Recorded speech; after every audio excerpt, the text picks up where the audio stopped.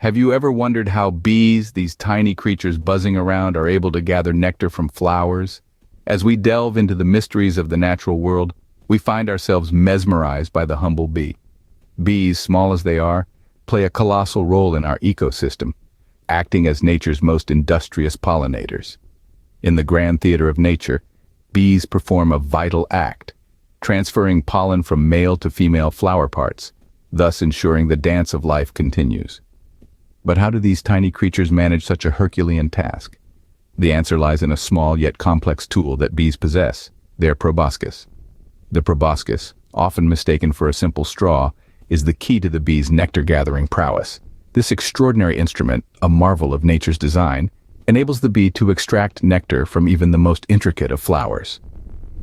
What if I told you that the bee's proboscis is a marvel of nature's engineering, a complex tool that is much more than just a straw? To understand the complexity of the bee's proboscis, we must first dive into its construction. Picture, if you will, a sophisticated drinking straw, one that is actually composed of several parts, each with its own unique role in the process of nectar collection.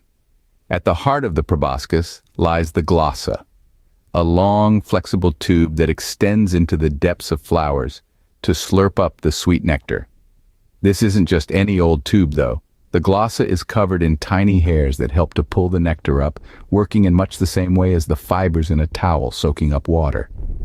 Then we have the labium, which acts as a sheath to the glossa. When the bee is not feeding, the glossa is neatly folded away inside the labium, out of harm's way. The labium also aids in the actual feeding process, helping to guide the glossa into the nectar source. The glossa and labium are supported by two other components called the maxillae. Picture these as the strong arms that hold the drinking straw steady while you sip on your favorite beverage. In the case of the bee, the maxillae provide the structural support needed to keep the proboscis steady during the feeding process.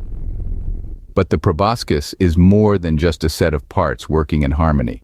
It's a marvel of evolution, a tool that has been refined over millions of years to be incredibly efficient at its job. Each component of the proboscis has been perfectly designed and optimized for nectar collection, from the hair-covered glossa that soaks up the sweet liquid, to the labium and maxillae that provide the support and guidance needed for precision feeding. In essence, the proboscis is a masterclass in design efficiency, a testament to the power of evolution, and a stark reminder of the intricate and often overlooked complexities present in the natural world.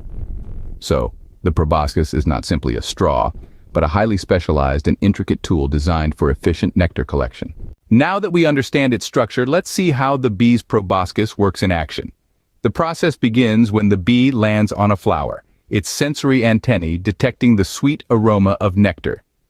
The proboscis then unfurls, extending out in search of the nectar hidden deep within the flower.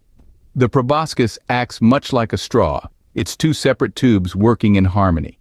The inner tube, or glossa, dips into the nectar, soaking it up like a sponge. Meanwhile, the outer tube, or labium, forms a protective sheath, ensuring the glossa can work undisturbed. But the bee's proboscis is much more than just a straw. It's a marvel of flexibility and precision, bending and twisting to reach the nectar, no matter where it's hidden. And the bee controls it all, adjusting the length and angle as needed. This precise and efficient nectar collection process is a testament to the bee's evolutionary adaptability. Why does this matter, you might ask? Why should we care about the proboscis of a bee? Well, let's delve into that. The bee's proboscis is a key player in the grand scheme of nature. You see, it's not just a straw for sipping nectar, but a fundamental tool in pollination, a process vital to the survival of many plants, including those we humans rely on for food.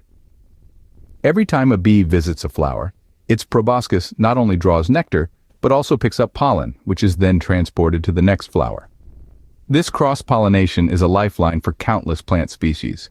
Moreover, the efficiency of the proboscis ensures the survival of the bee species themselves. It's a veritable lifeline that allows them to efficiently gather the nectar they need for sustenance and honey production. So, the next time you see a bee buzzing around a flower, remember the marvel of nature's engineering that is the bee's proboscis, and how it plays a vital role in our world.